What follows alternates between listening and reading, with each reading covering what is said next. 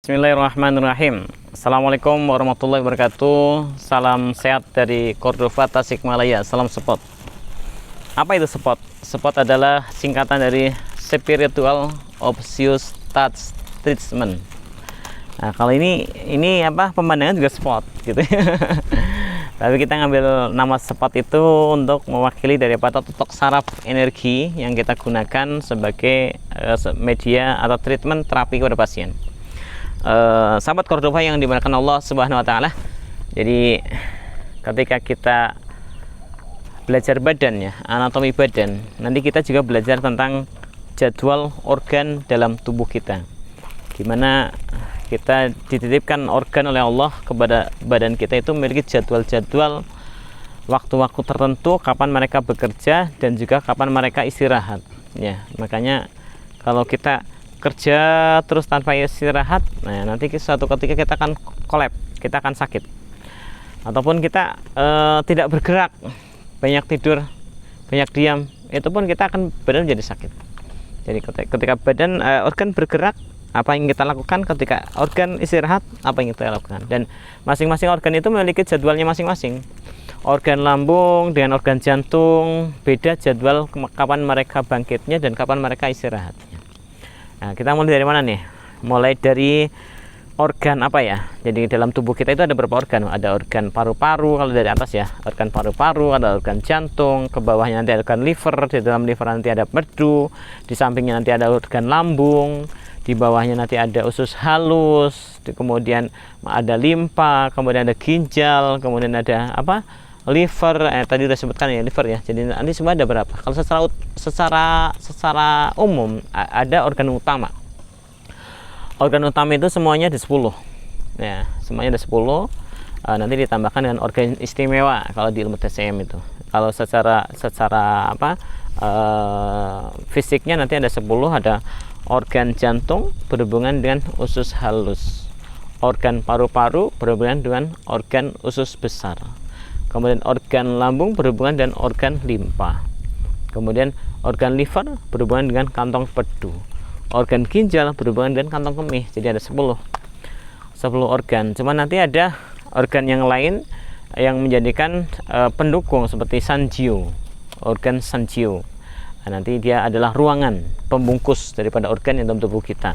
Nanti ada organ tri pemanas, yaitu pendongkrak daripada suhu energi dalam tubuh kita. Terus nanti ada organ-organ yang lain yang dijadikan bukan sebagai organ utama ya. Kita mulai daripada organ apa nih? Kita bangkit ya, mulai bangkit hidup itu dengan menggunakan energi organ paru-paru ya. Kita mau masuk ke organ paru-paru. Organ paru-paru itu berfungsi untuk apa? Untuk apa? Menyaring oksigen. Menyaring oksigen? Bukan. Yang nyaring itu bagian organ depan ini. Ada hidung, ada bulu, ada kerongkongan, ada nanti ada silia, rambut silia itu yang itu menyaring. Jadi paru-paru itu menghirup dan menghembuskan, menarik dan menghembuskan. Apa yang ditarik? Oksigen. Apa yang dikeluarkan, dihembuskan? Karbon dioksida. Nah, itu setiap waktu, setiap menit pasti dia akan menarik, membuang, menarik, membuang, menarik, membuang. Itu organ apa? Paru-paru. Tapi organ paru-paru ini ada waktu-waktunya, dia paling kencang kapan dia menariknya, dan ada waktu-waktu juga dia paling lambat dalam menariknya. Makanya kadang ada orang yang sakit paru-paru, gejalanya muncul di pagi hari, tapi di siang hari dia tidak sakit. Tapi ada juga orang yang sakit paru-paru munculnya di sore hari, di siang hari, di malam hari dia nggak sakit. Nah ini kenapa? Karena terpengaruh daripada jadwal. Ya, terpengaruh daripada jadwal. Ketika penyakitnya dia itu dalam arti dia masih penyakit yang eksis ya. Penyakit yang eksis nanti ada dua penyakit, ada penyakit eksis, ada penyakit defisiensi. Penyakit eksis ya rata-rata kambuhnya pagi. Kalau yang paru-paru ya, organ paru-paru, gangguan paru-paru, ketika eksis dia akan terganggu di pagi hari. Tapi ketika defisiensi maka dia akan terganggu di sore hari. Nah, Nah, ini akan menjadi pertimbangan untuk treatmentnya bagaimana, ngobatinya bagaimana. Nah, kalau secara medis mau penyakit itu disebabkan karena ketika dia di pagi hari maupun di sore hari, obatnya sama. Kalau di medis itu apa? Penyakitnya bisa pakai pembuka bronki dalam tubuh kita, pembuka alveola dalam pembungkus kantong-kantong udara dalam organ paru-paru kita. Itu hanya mereda. Jadi pengobatan medis itu ketika mengobati paru-paru yang ada sesaknya, ada ngiknya, ada terhambatnya, ada pendeknya, itu hanya meredakan. Dan itu dipakai untuk apa? Dipakai ya untuk darurat. Tapi kalau untuk jangka panjang agar kita sembuh, ya kita harus mengetahui kapan jadwal bangunnya paru-paru dan kapan istirahatnya paru-paru. Kapan dia kambuh penyakitnya, di pagi hari atau di sore hari. Nah, ini menjadikan nanti prinsipnya kalau eksis harus diapain, kalau defisiensi harus diapain. Itu organ paru-paru ya. Nanti kita bahas di penyakit paru-paru seperti asma dan yang lain sebagainya. Dan juga kapan bangunnya ya? Kapan bangunnya organ paru-paru? Yaitu ketika jadwal 3 pagi.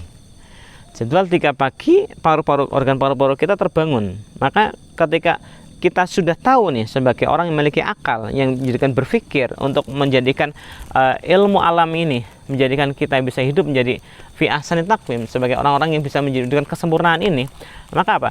Ketika kita sudah tahu jadwal jam 3 itu bangunnya organ kita, paru-paru kita, agar bisa menghirup oksigen yang lebih banyak, maka kita akan bangun pula badan kita. Kita akan paksakan badan kita terbangun.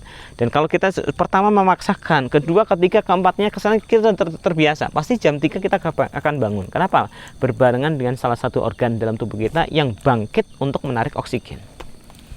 Dan sebaik-baik oksigennya di pagi hari. Makanya ketika orang yang sering bangun pagi sebelum subuh, maka dia cenderung badannya itu sehat, lebih sehat daripada orang yang bangunnya setelah matahari terbit. Jadi jam 3 itu matahari belum terbit. Jadwalnya sampai kapan paru-paru bangun itu?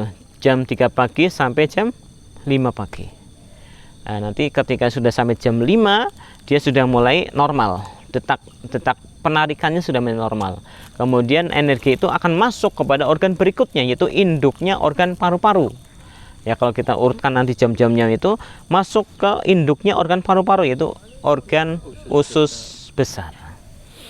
Makanya ketika paru-paru ini sudah selesai mengerjakan tugasnya menarik oksigen yang paling baik di jam itu, dengan syarat kita sudah terbangun, maka yang terjadi adalah induknya paru-paru akan mengeluarkan kotoran dari dalam tubuh kita. Itu apa? Feses kita, BAB kita, yaitu jadwal usus besar dimulai dari jam 5 pagi. Dan itu kita harus BAB. Kalau di jam-jam itu kita tidak BAB, jam-jam itu kita tidak mungkin telat, nanti jam 7, jam 9 baru BAB, atau mungkin malah kita BAB-nya sore. Nah, itu terjadi kelemahan fungsi dalam organ usus besar kita. Dan ketika kita tiap pagi kita BAB, otomatis oksigen dalam tubuh kita tidak akan menumpuk. Kenapa? Karena sisa metabolisme itu terbuang dengan baik, tidak akan mengganggu paru-paru kita, yang nanti kalau orang yang sering BAB-nya telat, maka akan tertumpuk histamin di organ paru-paru. Ketika paru-paru sehat, akan dibuang ke kulit. Makanya ketika ada angin dingin, paru-paru membuang histamin, dan itu terjadi gatal di kulit, menjadi kaligata. Disebut dengan apa? Gatal alergi dingin. Iya, gatal alergi dingin. Ya, itu tadi dua organ paru-paru dan organ usus besar. Dan usus besar itu dari jam 5 pagi sampai jam 7. Nah, masuk jam 7 baru masuk ke organ, energinya akan dialirkan oleh tubuh ini masuk ke dalam organ lambung. Ya. Masuk ke organ lambung. Makanya kita harus sarapan pagi. Sarapan pagi itu setelah buang air besar, BAB. Nah, ini. Jadi kalau kita hidupnya rutin seperti itu, otomatis kita akan terjaga kesehatan. Nggak perlu obat anti masuk angin. Tidak perlu obat-obat yang lain ketika kita tidak masuk angin dan tidak panas dalam, maka tidak akan muncul penyakit-penyakit lain. Mau sakit gigi itu jadi dari panas dalam, sakit kepala itu dari kelebihan energi di area lambung atau yang lainnya. Jadi ketika kita hidup teratur sesuai jadwal tubuh kita, maka kita akan hidup sehat sempurna insyaallah. Kembali pada kalimat fi ahsani taqwim. Barakallahu fi. Kawan-kawan, kita teruskan jadwal organ yang lainnya. Salam sehat dari Tasik Malaya. Assalamualaikum warahmatullahi wabarakatuh. Waalaikumsalam.